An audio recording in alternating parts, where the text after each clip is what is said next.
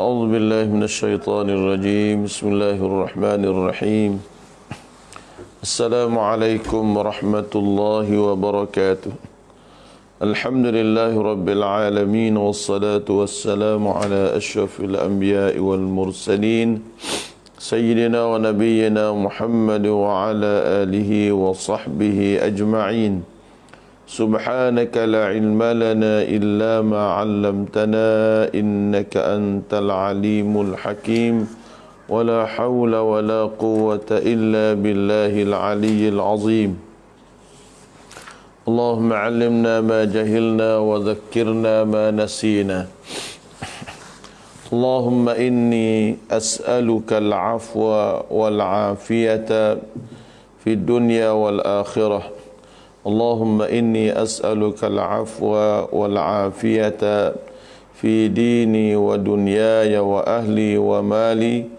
اللهم استر عوراتي وآمن روعاتي اللهم احفظني من بين يدي ومن خلفي وعن يميني وعن شمالي ومن فوقي وأعوذ بعظمتك أن أغتال من تحتي اللهم إني أصبحت أشهدك وأشهد حملة عرشك وملائكتك وجميع خلقك أنك أنت الله الذي لا إله إلا أنت وأن محمدا عبدك ورسولك رضيت بالله ربا وبالإسلام دينا وبمحمد صلى الله عليه وسلم نبيا ورسولا. Para hadirin, hadirat, sidang pendengar dikasihi sekalian, alhamdulillah kita bersyukur pada Allah Subhanahu wa taala. Pada pagi ini Allah Subhanahu wa taala masih melanjutkan usia kita semua dalam kebaikan. Insya-Allah kita manfaatkan masa yang ada ini untuk kita menambahkan ilmu pengetahuan, mendekatkan diri kita kepada Allah Azza wa Jalla. Mudah-mudahan Allah akan merahmati kehidupan kita di waktu pagi, waktu petang, siang dan malam untuk menjadi hamba kepada Allah yang akan membawa kita menikmati kejayaan dalam kehidupan kita di dunia dan juga di akhirat. Para sahabat, kawan-kawan yang dikasihi sekalian, kita masih lagi menyambung pelajaran kita daripada kitab Alam yang Terakhir. Pada pagi ini kita masih lagi bawah tajuk besarnya Pembentangan dan juga Perhitungan. Bentang amalan dan hitung amalan ataupun hisab amalan oleh Allah Subhanahu wa taala. Setiap daripada kita ini kita akan bertemu dengan suasana yang seperti ini. Yang pertama sekali, dalam ramai-ramai kumpulan manusia yang pergi ke hari akhirat, semenjak dari zaman Nabi Allah Adam alaihi salam sampailah kepada golongan manusia yang paling akhir sekali. Di hari akhirat nanti, siapakah, golongan manakah, umat Nabi manakah yang pertama dibangkit oleh Allah Subhanahu wa taala? Di saat itu kita mencari pelepasan daripada keadaan kita di padang mahsyar nanti. Jadi dalam ramai-ramai umat Nabi Allah Nuh alaihi salam, Nabi Allah Musa, Nabi Allah Isa, semua nabi-nabi itu ada umatnya. Walaqad ba'athna fi kulli ummatin rasulan. Di tiap-tiap rasul itu ada umatnya. Dalam ramai-ramai umat ini, umat manakah yang pertama sekali dibangkitkan oleh Allah Subhanahu wa taala? Bersama dengan keadaan panjangnya kita menunggu di hari kiamat, dan orang ramai dalam keadaan keluh kesah, takut pada Allah, takut pada suasana yang ada pada hari itu, dan mereka melihat api neraka di hadapan mata mereka. Maka para anbiya alaihi wassalatu wassalam merasa takut pada Allah. Para awliya merasa gerun kepada Allah. Orang yang beriman pun kebingungan dengan suasana pada hari itu. Dan orang yang berdosa, orang yang buat maksiat pada Allah, mereka berpeluh begitu lama. mereka menunggu tempoh yang begitu lama, maka di saat inilah kawan-kawan sekalian berlakulah pula hisab. Baik kawan-kawan sekalian, di antara rahmat Allah Subhanahu wa taala berikan, kurniakan kepada umat Nabi Muhammad sallallahu alaihi wasallam ini ialah umat Nabi kita Muhammad. Ini rahmat Allah beri kepada kita selaku umat Nabi Muhammad sallallahu alaihi wasallam. Dalam ramai-ramai umat manusia ini, yang pertama sekali akan dihitung oleh Allah ialah umat Nabi Muhammad sallallahu alaihi wasallam. Sebagaimana sabda Rasulullah sallallahu alaihi wasallam pada hadis riwayat Imam Muslim. Kata Rasulullah, "Nahnu akhirul umam wa awwalu man yuhasabu. Yuqalu aynal ummatul ummiyah wa nabiyyuha. Fanahnul akhirunal awwalun." Rawahu Ibnu Majah. Rasulullah bersabda, "Nahnu akhirul umam." Kami ini adalah umat yang akhir sekali. Wa awwalu man yuhasabu, dan kita ni adalah umat yang pertama akan dihisab oleh Allah. Maksud hadis ini ialah umat Nabi Muhammad ini umat yang terakhir dari segi wujud dia ataupun zahir dia ke alam dunia ini. Kerana Nabi kita Muhammad sallallahu alaihi wasallam adalah nabi yang terakhir, maka kita umat yang terakhir zahir kita di alam dunia, tetapi untuk dihisab oleh Allah Subhanahu wa taala kita adalah umat yang terawal. Wa awwalu man yuhasabu. Kita ni umat yang terawal akan dihisab oleh Allah Subhanahu wa taala. Dikatakan ainal ummatul ummiyah, di manakah umat Nabi yang ummi ini?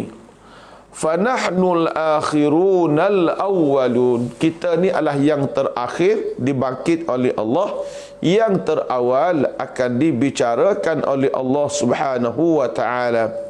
Wa qala an-nabiy sallallahu alaihi wasallam, "Nahnul akhiruna min ahli dunya wal awwaluna yaumal qiyamah al-maqdiyu lahum qabla al-khalaiq."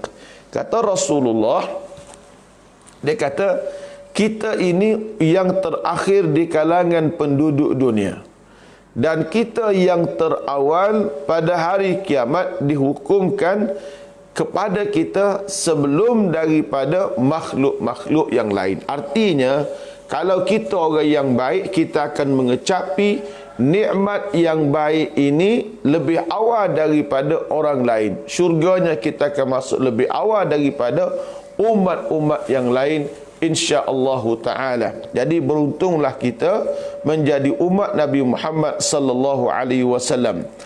Oleh kerana kita tahu kita beruntung kerana jasa Rasulullah ini, maka kita kena berterima kasih kepada Rasulullah sallallahu alaihi wasallam. Hendaklah kita perbanyakkan berselawat kepada Nabi sallallahu alaihi wasallam setiap hari. Allahumma salli ala Muhammadin wa ala ali Muhammad. Satu. Poin yang kedua ialah dalam banyak-banyak kes yang berlaku di kalangan manusia ini, apakah dia kes yang pertama akan ditanya oleh Allah? Baru ni kita belajar skop-skop soalan yang Tuhan akan tanya. Hari ni pula kita nak belajar dalam banyak-banyak kes kesalahan yang dibuat oleh Bani Adam, anak Adam ini kepada kita, kesalahan dibuat oleh anak Adam ini, maka kesalahan apakah yang pertama akan ditanya oleh Allah Subhanahu wa taala?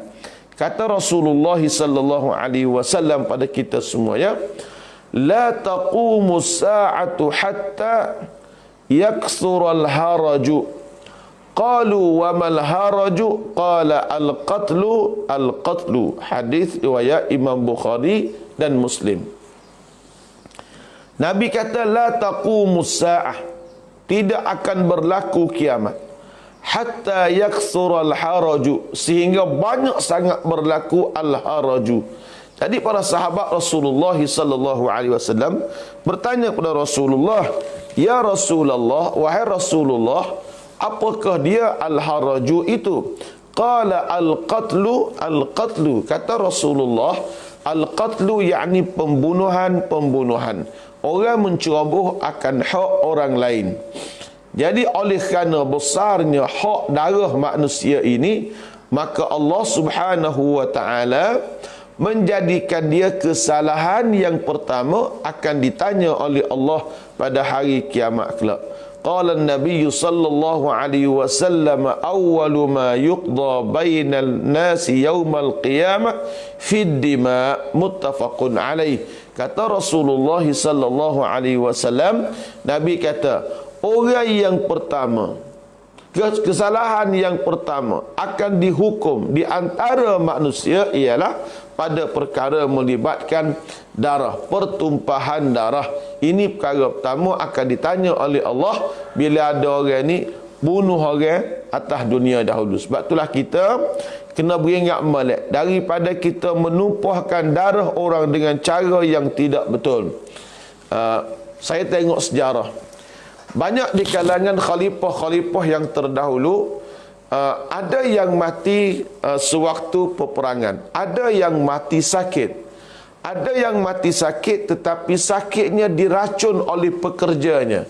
Maksud saya diracun oleh pekerja dia, jadi dia mati dikhianati, dibunuh oleh orang lain. Kerana bidang kekuasaan ini boleh menyebabkan kadang-kadang untuk memiliki kuasa itu, maka berlakulah macam-macam perkhianatan. Jadi kita kena ingat bahawa bunuh orang ini adalah diharamkan oleh Allah Subhanahu wa taala. Dalam satu hadis yang lain Nabi kita bersabda dalam masalah bunuh orang, Nabi kata, yaji'ur rajulu akhidhan biyadir rajul fayaqulu ya rabbi hadha qataltani. Di hari akhirat kelak, orang yang kena bunuh, dia akan pegang ambil si pembunuh tadi. Orang yang kena bunuh, dia akan ambil tangan si pembunuh ni, heret lagi jumpa Allah. Fayaqulu, dia kata, lalu orang ni kata, ya rabbi hadha qataltani, ya Allah, orang ni bunuh aku, ya Allah. Fayaqulullahu lahu, maka Allah berkata padanya, lima qataltahu, wahai fulan, kenapa kamu bunuh orang sekian? Fayaqulu qataltuhu litakuna al-izzatu laka, ya Allah, aku bunuh dia supaya kemuliaan itu adalah menjadi milikmu. Fayaqulu fa innaha li, kata Allah, maka ini dia bunuh kerana aku, hak ni tak apa, boleh pahala. Bunuh si kafir contohnya dalam peperangan. Wa yaji'ur rajulu akhidhan biyadir rajul. Ada satu kes yang lain, satu orang laki-laki dia bawa orang lain mari jumpa dengan Tuhan. Fayaqulu inna hadha qataltani, lalu dikatakan, ya Allah, orang ni telah bunuh aku masa hidup atas dunia dahulu. Hadha qataltani. Fayaqulu, kata Tuhan, lima qataltahu, kenapa kamu bunuh dia?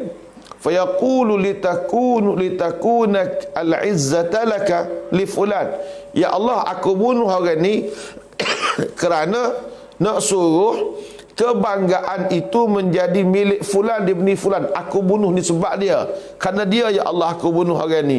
Fayaqulu innaha laysat li fulan, kata Allah Ta'ala, tak betul, tak, membunuhmu adalah salah.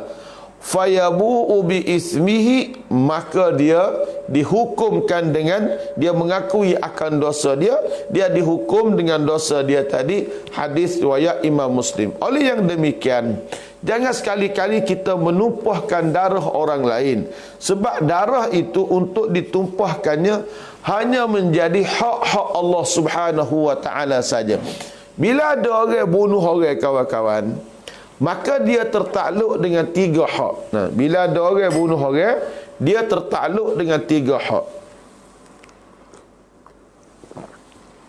Hak yang pertama ialah dia mencerobohi akan hak Allah Azza wa Jalla.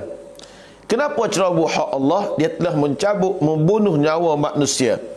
Orang yang bunuh orang ni, tuan-tuan sekalian, mencerobohi nyawa manusia ini, dia ceroboh hak Allah. Maka Allah Subhanahu wa taala ada hak sama ada nak mengampunkan ia atau tidak mengampunkan dia. Itu hak Allah. Yang kedua ialah haqqul wali. Dia ada hak dengan wali penjaga tadi. Haqqul wali ada hak dengan wali penjaga. Yakni hak wali, wali boleh maafkan dia, boleh terima dia dan dia tak kena qisas. Yang ketiga dia ada satu lagi hak dia panggil haqqul maqtul. Hak orang yang kena bunuh. Hak yang kena bunuh ini pada hari akhirat nanti orang yang kena bunuh akan bawa si pembunuh itu. 5 qataltani. Nah, 5 qataltani. Kenapa kamu bunuh aku? Hak ni tak lepas. Jadi hak Allah, Allah ampunkan atau boleh Allah Taala boleh ampun atau tidak ampun, terpulang kepada Allah Subhanahu wa taala. Yang kedua, hak wali, boleh serah wali nak maaf ataupun tidak.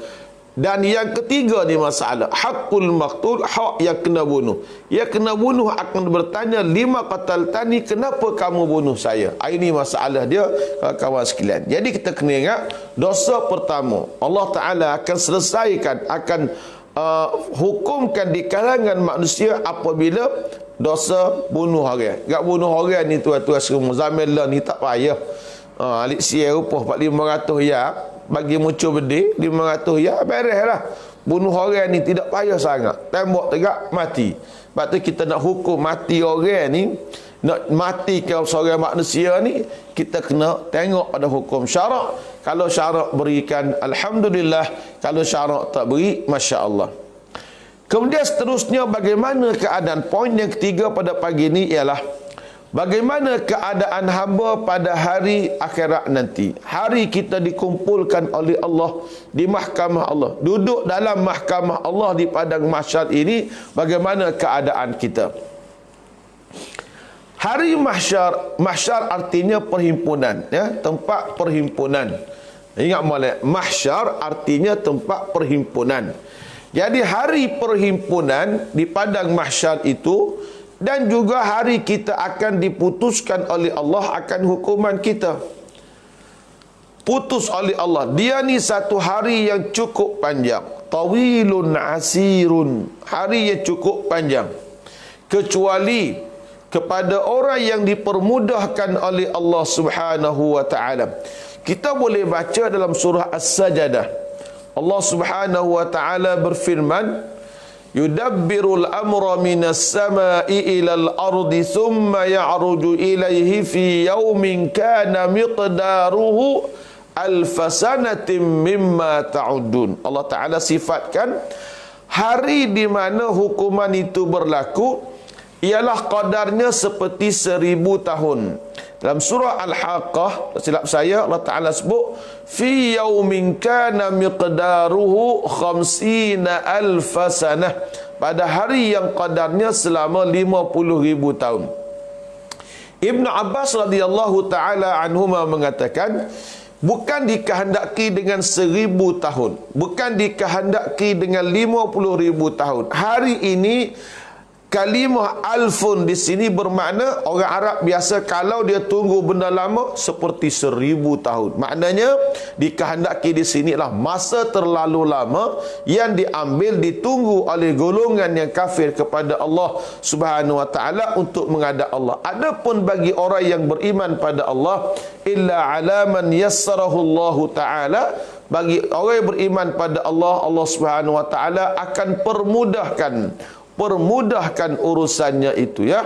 Jadi manusia pada hari itu, pada hari kiamat ni macam-macam keadaan dia. Kita kena ingat molek lah, kita nak pergi jumpa dengan Allah Ta'ala ni, bagi orang kafir kat tuan-tuan semua, yaumun asir. Yaumun asir, hari yang cukup rumit dan cukup payah. Kita lah ni berasa rumit juga, dah duduk dah, tapi pitih orang bui. Makan boleh, cari dua ni, pitih orang wi, makan boleh, makan ni tak talah, walaupun kita di kuarantin secara besar-besaran oleh kerajaan, tapi kerajaan bagi duit dan sebagainya. Maknanya orang kata kita ni, dunia ni susah, hanya susah tak boleh nak gerak nak pergi mana. Tetapi kita masih sihat walafiat, tidur dalam aircon, boleh dengar kuliah agama, boleh tengok siaran TV, boleh melayari internet. Dia bagi pula internet free dah pada setengah-setengah golongan itu. Baik. Manusia pada hari kiamat ini beberapa keadaan.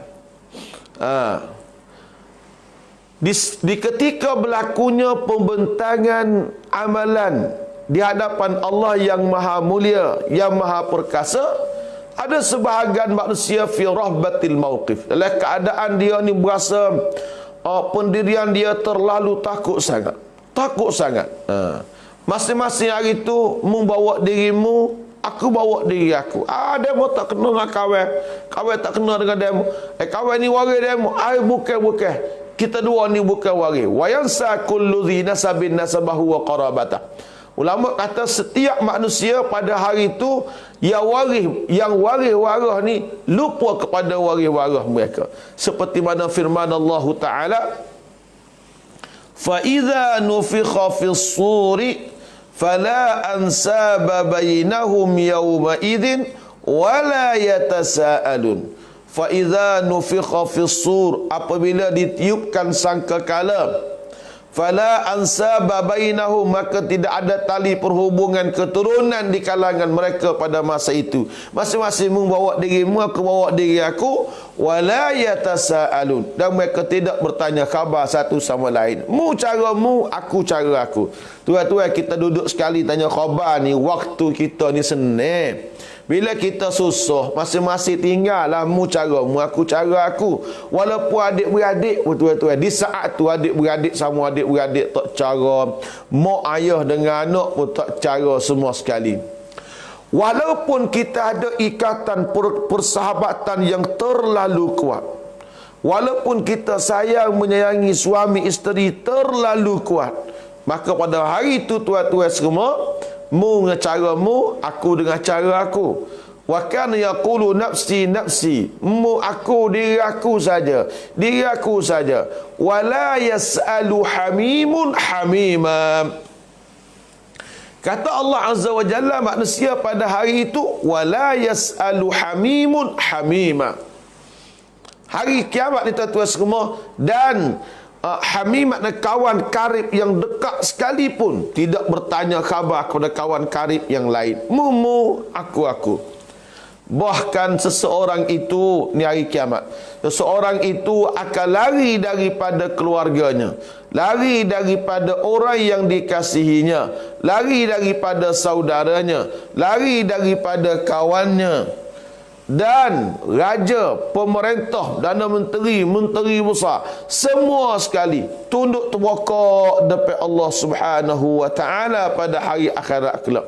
Qala ta'ala wa 'anatil wujuhu lil hayyil qayyum wa qad khaba man hamala zulma. Penatlah segala wajah, tunduk terbokok harap segala wajah manusia ni pada hari akhirat kepada Allah Ta'ala, Tuhan yang maha hidup dan maha menguruskan segala-galanya.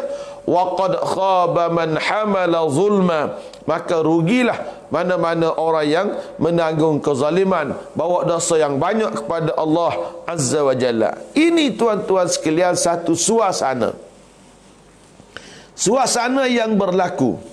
Dan pada hari ini pula nak bercakap tidak boleh bercakap. Dalam hadis yang lain Nabi kita sallallahu alaihi wasallam bersabda, Nabi kata, "Wala yatakallamu yawma idzin illa ar-rusulu." Hadis riwayat Imam Bukhari dan Muslim. "Wala yatakallamu yawma idzin illa ar-rusulu," dan tidak bercakap mana-mana manusia pada hari itu illa rusulu, kecuali golongan rasul-rasul alaihimus salatu wassalam. Dan pada hari ini tuan-tuan, dalam suasana kita hidup dengan serba ketakutan ini, Allah Ta'ala bawa mari kepada kita buku amalan kita. Saibun, ni Syuaibun, ini buku amalan kamu. Yauma tajidu kullu nafsin ma amilat min khairin muhdara wa ma 'amilat min su'in tawaddu law anna bainaha wa bainahu amadan ba'ida wa yuhadhdhirukumullahu nafsah wallahu raufum bil ibad. Yauma tajidu kullu nafsin, hari di mana tiap-tiap manusia akan dapati ma'amilat, apa yang dia buat, min khairin, daripada kebaikan-kebaikan, muhdara, mari jumpa dengan dia. Hari kiamat manusia akan dapati apa yang dia buat itu, mari jumpa dengan dia. Wa ma 'amilat min su'in, mana-mana apa yang dia buat daripada amalan kejahatan, tawaddu law anna bainaha wa bainahu amadan ba'ida, dia berangan-angan kalaulah di antara dia dengan amalan yang jahat itu satu tempoh terlalu lama jauh. Wa yuhadhdhirukumullahu nafsah, Allah Ta'ala telah bagi warning, amaran kepada kamu. Wallahu ra'ufum bil ibad. Jadi kawan-kawan sekalian, setiap benda dibuat oleh kita manusia, dahlah kita suasana takut dah. Mari pula buku amalan royak, tengok sendiri pula. Ni hak baik mu buat, hak ni hak baik buruk kamu buat. Lagu mana kawan-kawan kita nak berjumpa dengan Allah Subhanahu Wa Ta'ala. Dan kesan mereka, ini kena ingat molek. Qala ta'ala, kesan mereka, inna nahnu nuhyil mauta wa naktubu ma qaddamu wa atharahum wa kulla syai'in ahsaynahu fi imamin mubin. Allah kata, dan kamilah yang menghidupkan orang yang mati, dan kami tulis apa yang mereka telah bawa. Apa yang mereka bawa, mari jumpa aku dah. Dan segala kesan-kesan mereka semuanya akan dihitung oleh Allah Subhanahu Wa Ta'ala.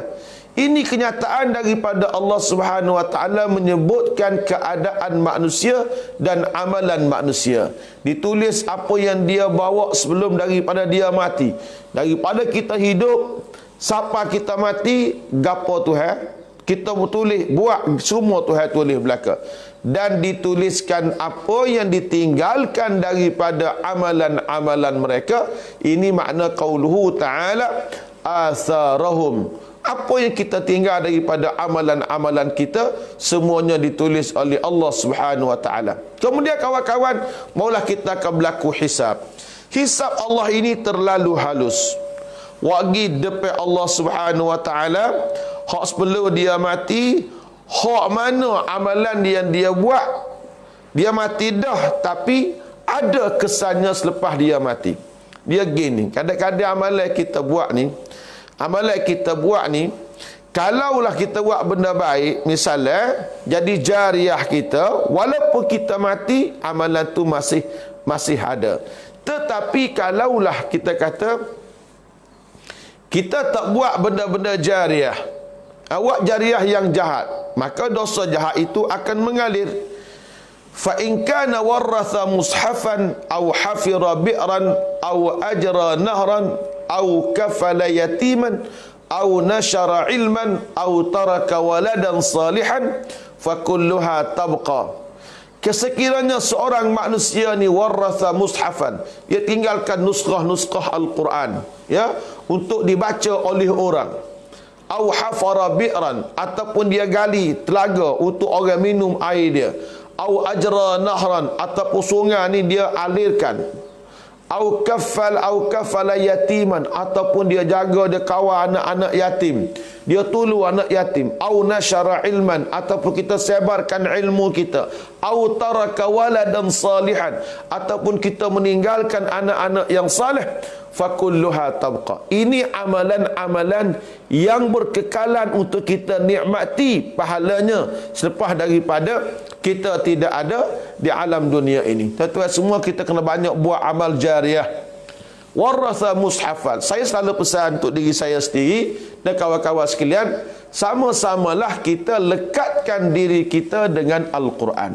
supaya kita menjadi ahli kepada Al-Quran. Qala Nabi sallallahu alaihi wasallam, Nabi kita bersabda, ahlul Qur'ani hum ahlullahi wa khassatuh. Ahli Al-Quran itu adalah ahli Allah Subhanahu wa ta'ala yang mendapat keistimewaan daripada Allah Subhanahu wa ta'ala. Jadi kawan-kawan semua, kita kena berhubung dengan Al-Quran supaya kita menjadi insan yang mulia. Alhamdulillah, ayah hamba Haji Ismail bin Ali, dia berkhidmat mengajar Al-Quran selama 45 tahun dalam hidup dia sehingga dia meninggal dunia. Jadi hamba nak mengajar Al-Quran. Hamba nak mengajar Quran, hamba tak ada mengajar. Mengajar sikit-sikit bolehlah. Tapi nak mengajar lama ni tak ada. Sebab kita ada kerja kita, pagi keluar cari rezeki, petang kita balik. Kita nak mengajar. Kita nak mengajar supaya kita ni tak ada. Tapi kita nak juga saham ahli Al-Quran itu. Maka apa saya buat? Ini satu contoh untuk kita kongsi bersama, ya, untuk meletakkan diri kita sebagai ahli Al-Quran. Saya buat apa? Saya buka kelas pengajian Al-Quran secara percuma. Maksudnya, apa buka, cari tok guru, dia mengajar Quran kepada orang. Dia mengajar tiap 5 kali seminggu, orang tu kena pergi, orang pergi ngaji dengan dia, supaya macam gitu. Hari ni baca muka surat ni, esok muka surat ni, insya-Allah boleh setahun dua dia akan habis Al-Quran. Pelajar ni belajar dengan percuma, tapi gaji dibayar oleh kita. Bukan duit kita. Hamba ni mengurus sahaja. Duit ni mari daripada tuan-tuan lah. Tuan-tuan bagi saham pada saya, masuk duit dalam tabung. Duit ni kita guna untuk buat bayar gaji kepada orang lain. Setakat hari ni Alhamdulillah, cuma kelas terhentilah kerana Covid ni. Setakat hari ni kita ada 13 orang guru, dan kita ada hampir sekitar 300 orang pelajar yang hari-harinya mereka ni berulang alik di belajar kitab Al-Quran secara percuma. Dan gaji saya carilah duit-duit sama RM1 dan sebagainya. Sebab tu saya tulis dalam FB saya tu, setiap hari saya tulis, lepas syamah ni Amba akan tulis apa kita belajar pada hari ni, ringkasan dia. Di bawah tu saya tulis infak Raudah Al-Quran. Infak Raudah Al-Quran, hubungi saya. Tuan-tuan boleh menyumbang. Hari-hari tuan-tuan boleh menyumbang. Bulan-bulan boleh menyumbang. Niat RM10. Ini sumbanganku bagi jariah mak aku dan juga ayah aku. Setiap kali orang tu baca Quran, setiap kali disebut Al-Quran, ada 300 orang belajar tadi, dia baca Quran. Sebab saham kita, ayah kita, setiap hari mereka mendapat saham pahala di alam kubur mereka. Inilah yang dikehendaki oleh kita orang yang mati di alam kubur di atas perbuatan kita. Katakanlah lepas ni hamba mati, ada orang yang meneruskan perjuangan hamba ini.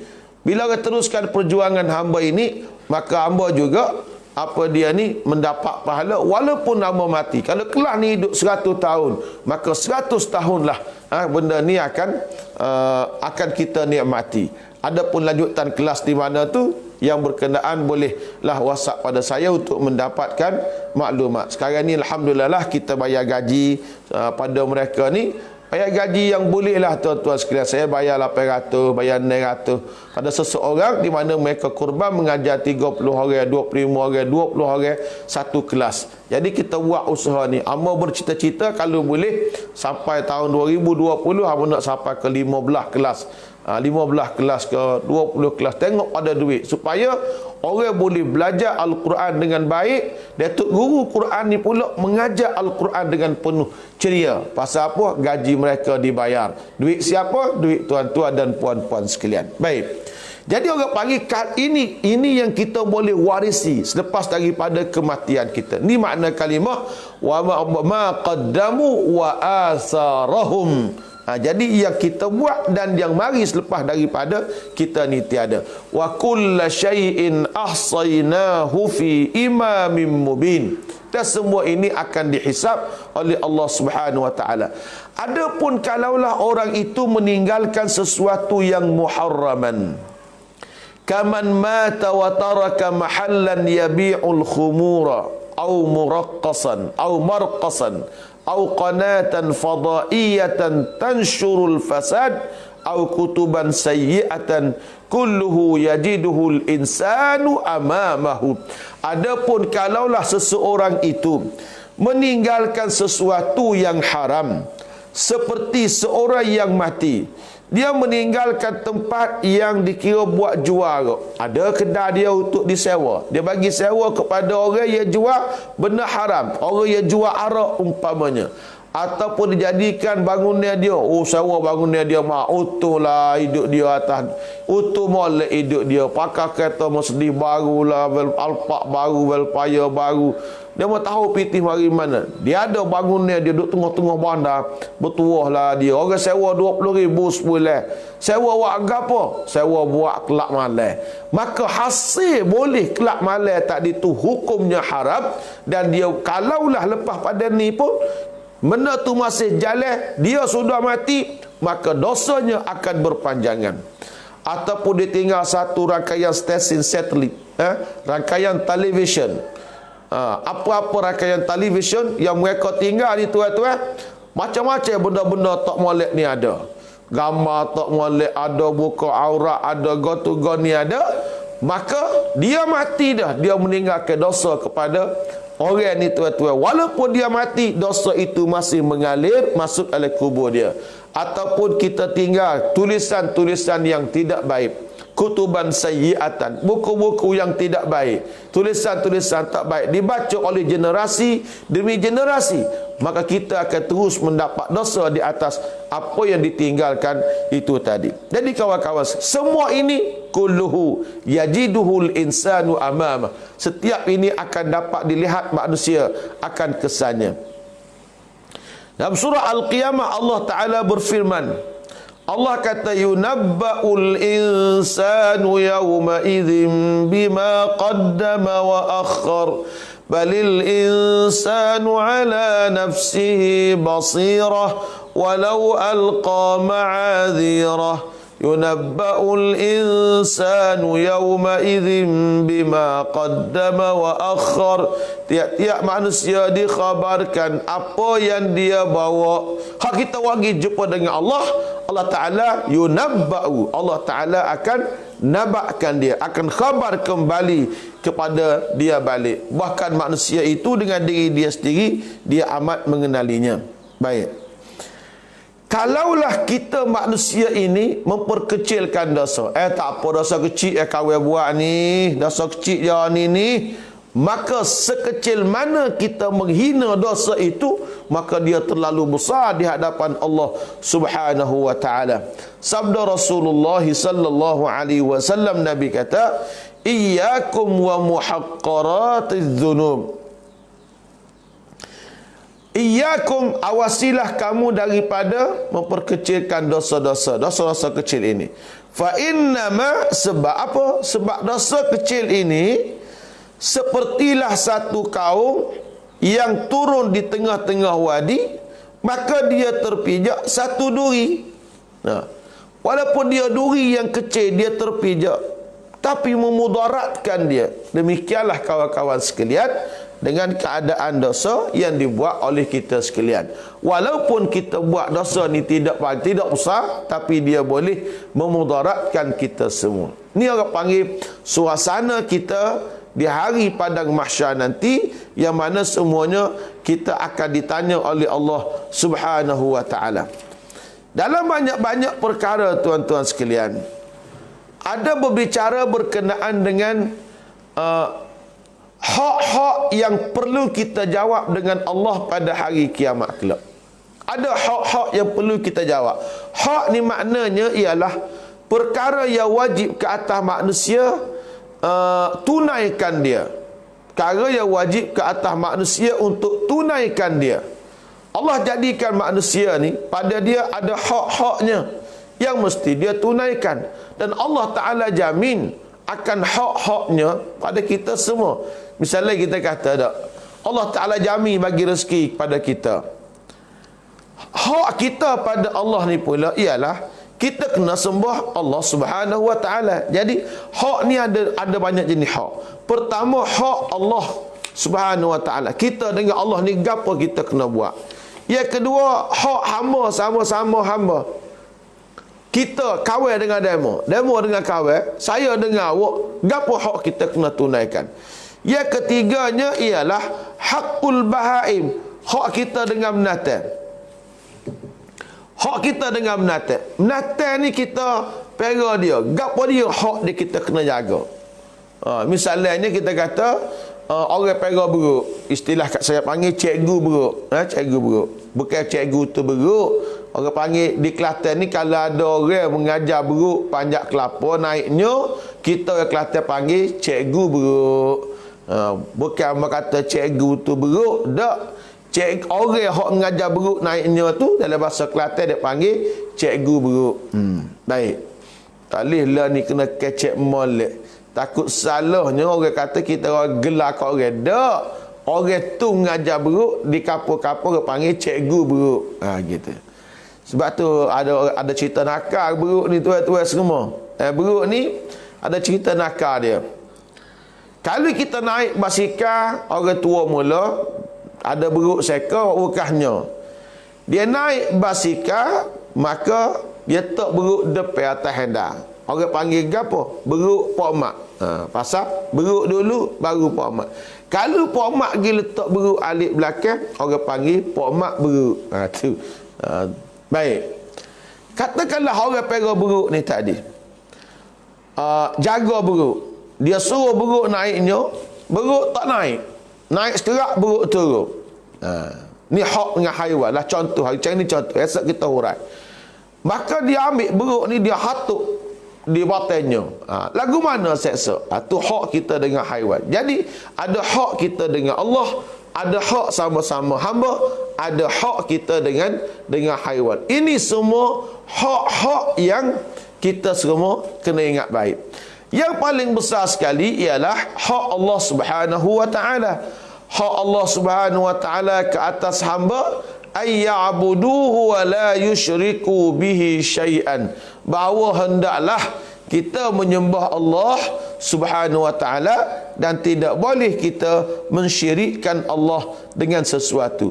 Hak Allah juga kita kena dirikan sembahyang, kita kena tunaikan zakat, dan kita kena sempurnakan segala ibadah-ibadah yang lain. Sebab itulah kita, hak Allah ni ialah kita kena menyembah Allah Subhanahu wa ta'ala sepanjang masa. Dalam banyak-banyak ibadah kita buat ni kawan-kawan, yang pertama Tuhan akan tanya ialah as-salah, yakni ibadat sembahyang. Qala an-nabiy sallallahu alaihi wasallam, inna awwala ma yuhasabu bihi al-'abdu yaumal qiyamati min 'amalihi salatu. Nabi kata apa dia? Nabi kata, sesungguhnya awal-awal amalan yang akan ditanya, dihisap, dihitung oleh Allah pada hari kiamat ialah salatu, sembahyang dia.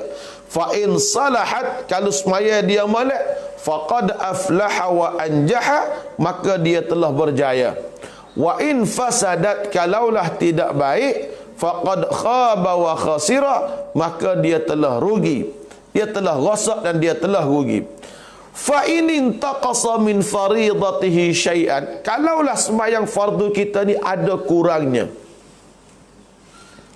ada kekurangannya, qala Rabbu tabaraka wa ta'ala, maka Tuhan akan berkata, unzuru, lihatlah kamu, hal li 'abdi min tatawwu'in, adakah amalan hamba-Ku ni ada buat sembahyang sunat, fayukmalu biha, maka disempurnakan dengan yang sunat itu daripada pada kekurangan yang wajib. Semaya wajib tidak sempurna, maka bila semaya wajib tidak sempurna, dia ambil hak sunat tadi, dia pergi tapung pula hak wajib tadi.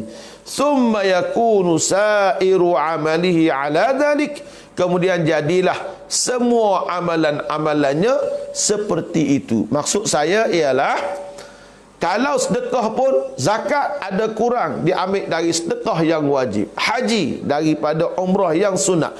Begitulah amalan yang sunat menampung akan amalan yang wajib. Jadi kita kena ingat molek, kita kena buatlah ibadat dengan sempurna.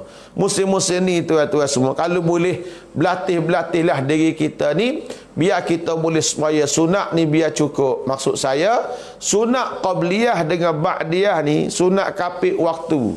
Sebelum subuh, lepas subuh tak ada, solat lebah lah.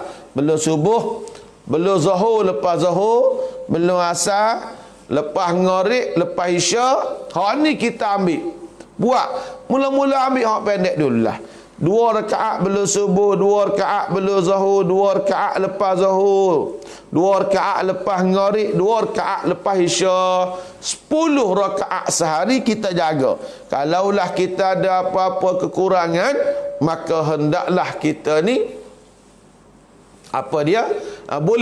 bolehlah kita menampung akan amalan kita yang wajib tadi. Jadi ini hak Allah Subhanahu Wa Taala yang mesti kita kena tunaikan. Musim-musim ni sahabat-sahabat semua dah, zakat kita keluarkan. Ada piti lebih. Hari-hari kita bersedekah. Walaupun RM5, walaupun RM10. Kita pakak-pakak bersedekah. Pasal apa? Sebab kita ni mendapat pahala daripada Allah. Sedekah kita yang sunat akan menampung segala yang wajib sekiranya ada kekurangan. Hak yang kedua ialah hak-hak hamba. Hak hamba ni tuan-tuan semua, hak ni ada 4-5 negara. InsyaAllah hamba akan sambung esok. Hamba akan berbicara pada pagi esok bermula dengan hak kita di kalangan kita. Contoh hak hamba ni ialah, hak hambanya pertama, orang yang pukul orang lagu mana? Orang kata orang lagu mana? Orang berhutang tak bayar lagu mana? Orang fitnah orang lagu mana? Orang yang menguasai orang-orang yang lemah ni lagu mana? Ini orang panggil hak-hak melibatkan orang. Hak ni insya-Allah hamba akan sambung dalam kuliah hamba pada pagi esok ya. Baik. Jadi kita ni ada soalan yang ditanya ya. Orang kafir sewa rumah kita, dia wakti. Kalau dia wakti, kita tak usah sewa lah. Dia gini konsep ni saudara, mudah ya hidup ni. Gapo-gapo ni kita nak orang hak juruh dulu. Tak. Kita nak apa dia ni, kita nak hak juruh dulu. Kalau makan ni kita tak, kita pergi belanja orang makan kedai, orang tu orang jahat, kita belanja, dia kau segau tu buat jahat, tak ada guna. Hak tu Nabi kata, makan hak molek, dan jangan wimu makan ni kecuali pada orang hak molek. Apa juga wi sewa rumah. Hak ni Islam ni tidak Islam. Walaupun hak Islam ni murah sikit daripada orang Islam sewa 400.5. Orang bukan Islam sewa lebih kurang dalam 500. Walaupun 50 ya kurang, kita wi ke Islam lah. Pasal apa wi gitu tuan-tuan semua? Kerana kawan-kawan kena ingat bahawa orang tu guna rumah tuan-tuan untuk menyembah Allah Subhanahu Wa Taala. Orang selagi dia guna rumah tu untuk sembah Tuhan dia. Kan nak sewa rumah kawan sangat. Jangan wi ada buat tempat ibadat tu. Jangan wi ada buat tempat ibadat untuk menyembah lain daripada Allah Subhanahu Wa Taala. Gitu. Apa kita ni kena mikir banyak. Orang kita ni masalah kita letak pitih depan. Dia tak fikir soalan baik buruk. Fikirlah. Baru ni kita buat kempen BMF, Buy Muslim First. Padahal orang Islam. Baguslah. Pasal apa orang Islam, kalau dia kaya, dia keluar zakat. Zakat boleh siapa? Orang Islam juga. Kalau kita pergi cari di kedai bukan orang Islam, tak. Makanya kaya mereka orang bukan Islam. Kalau tuan-tuan boleh baca satu buku, baguslah. Ni jawab soalan para hadirin sekalian. Satu buku bagus dikarang oleh Syekh Wan Ali. Tak. Buku dia tu bagus. Nama buku dia At-Tazkirah. Bukan Tazkirah Kimia Qurtubi, tak Tazkirah. Yang ditulis satu orang ulama tanah Melayu ni tahun 1900. Dia Syekh Wan Ali ni, dia satu orang yang satu orang anak tok guru, tapi ayah dia ni hantar ngaji orang putih masa tu. Otak dia mikir cerdik sikit. Dia buat ibarat gini. Dalam satu kampung ada 300 kedai. Ada 300 penduduk. Ada sekedai. Kedai tu bukan Islam. Hak ni pula kedai Islam. Kalau pergi beli di kedai orang bukan Islam belaka, kalau dia utuh seria atas sekeluarga 300 ya. Setahun dia sebulan dia boleh 9,000. 9,000 ni pertama, piti dia ada buat gimana? Kalau pergi beli kedai Mamat Dollar Said tadi, dia boleh 9,000. Mungkin siapa kau masjid, mungkin dia keluar zakat dia boleh tolong orang Islam hak lain. Kita kena duduk lagi tu. Semua juga rumah tadilah, rumah kita. Dah tahu dah orang kafir sewa rumah, mesti dia buat tempat nyembah tak ke atas rumah. Tuan-tuan nak ke duk berkongsi tapak rumah. Rumah tuan-tuan tu dengan tempat penyembahan kepada selain daripada Allah Azza wa Jalla. Janganlah. Cari dulu hak lain. Syarat tak apa. Rumah, sewa rumah hamba boleh. Tapi nak semaya tak boleh. Maya cara demo tak boleh. Ni kadang-kadang ada. Sewa. Kawan tu pula perang anjing. Pak atas rumah. Pah depan tangga. Orang kapur habis susah. Kerana pitih kita seorang nak pitih dengan orang. Nak pitih sewa dengan orang. Habis putih kapur susah dengan perbuatan kata dibuat oleh orang-orang yang tidak boleh hidup bersama dengan masyarakat orang Islam tadi. Lagu mana kawan-kawan semua? Pitih tu semua orang nak belaka. Pitih ni betul lah tuan-tuan semua. Pitih orang nak belaka. Tak, pitih ni betul tak boleh membahagiakan manusia. Tapi tak ada pitih. Gila manusia tak ada pitih. Bengok pening habis manusia tak ada pitih. Tak cukup pitih pun masalah dah. Betul nak pitih, nak duit. Tapi kena faham. Duit kita boleh biar dengan cara cuci. Tak sih terlibat dengan usul-usul. Amu sewa tapak. Tapak ni orang buat nyembah ketik. Buat nyembah tak kau. Nyembah Tuhan. Tak boleh lagu tu. Nak benar ya. Boleh menyembah Allah Subhanahu wa ta'ala. Ke mana-mana kita buat ni pun. Biar boleh balik pada Allah Azza wa Jalla. Biar kita ada lagu tu. Kita ni orang kita minta maaf lah tuan-tuan semua. Kalau untuk buat bajikan ni ke 10 riyal pun ngira. Tapi kalau buat benda-benda bazir, tak, kalau buat benda-benda supaya beli rokok. Rokok tu dah bazir kering. Bazir kering dah rokok tu. Baiklah tak rasa hisap rokok. Ambil duit tu kita buat ke lain. Buat sedekah sana, fakir miskin, kita pakak buat kita. Kalau orang Kelantan kita ni, kita pergi Kedah, 10 orang likur semeja, 7 hisap rokok, 3 dak. 7 hisap rokok, 3 dak. Pas kalau seria, kalau hisap rokok tu tuan-tuan semua, 5 riyal seorang sehari hisap rokok. Kalau orang Kelantan ni, orang jatuh di Kelantan lebih kurang 700,000. Kalulah 7/700,000 ni kita kata, dalam 400,000 ni hisap rokok. Kalau seria sehari ya seorang hisap rokok, dah 400,000 ya. 10 hari 4 juta. Sebulan 12 juta. Kalau setahun 12 kali 12 berapa? 120, 144.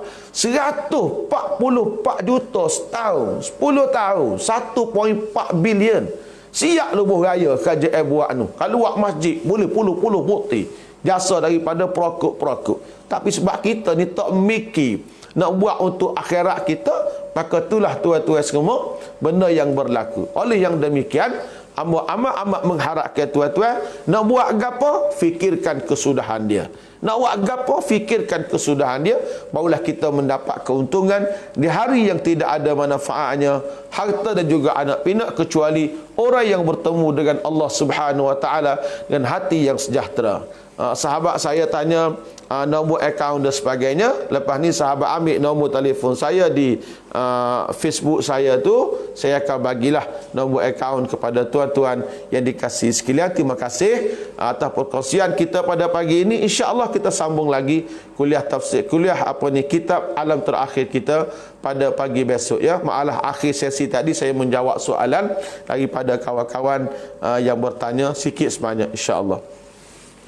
A'udzu billahi minasyaitonir rajim. Bismillahirrahmanirrahim. Alhamdulillahirabbil alamin. Wassalatu wassalamu ala Rasulillah wa ala alihi wa sahbihi ajma'in. Allahumma ya hayyu ya qayyum ya badi'as samawati wal ardi ya dzal jalali wal ikram. Allahumma inna nas'aluka ilman nafi'an wa rizqan wasi'an wa 'amalan mutaqabbala. Allahumma barik lana fi auladina wa la tadurruhum ووفقهم لطاعتك وارزقنا برهم. اللهم آت نفوسنا تقواها وزكها أنت خير من زكاها أنت وليها ومولاها. اللهم إنا نسألك من خير ما سألك به عبدك ورسولك محمد صلى الله عليه وسلم ونعوذ بك من شر ما استعاذك منه عبدك ورسولك محمد صلى الله عليه وسلم. اللهم اجعلنا وأبناءنا وذرياتنا حافظين لكتابك الكريم. اللهم إنا نعوذ بك من البرص والجنون والجذام wa min sayyi'il asqam ya rabbal alamin. Rabbana atina fid dunya hasanah wa fil akhirati hasanatan wa qina adzaban nar. Wa sallallahu ala nabiyyina Muhammad wa ala alihi wa sahbihi ajma'in. Wa akhiru da'wana anil hamdulillahi rabbil alamin. Wassalamu alaikum warahmatullahi wabarakatuh.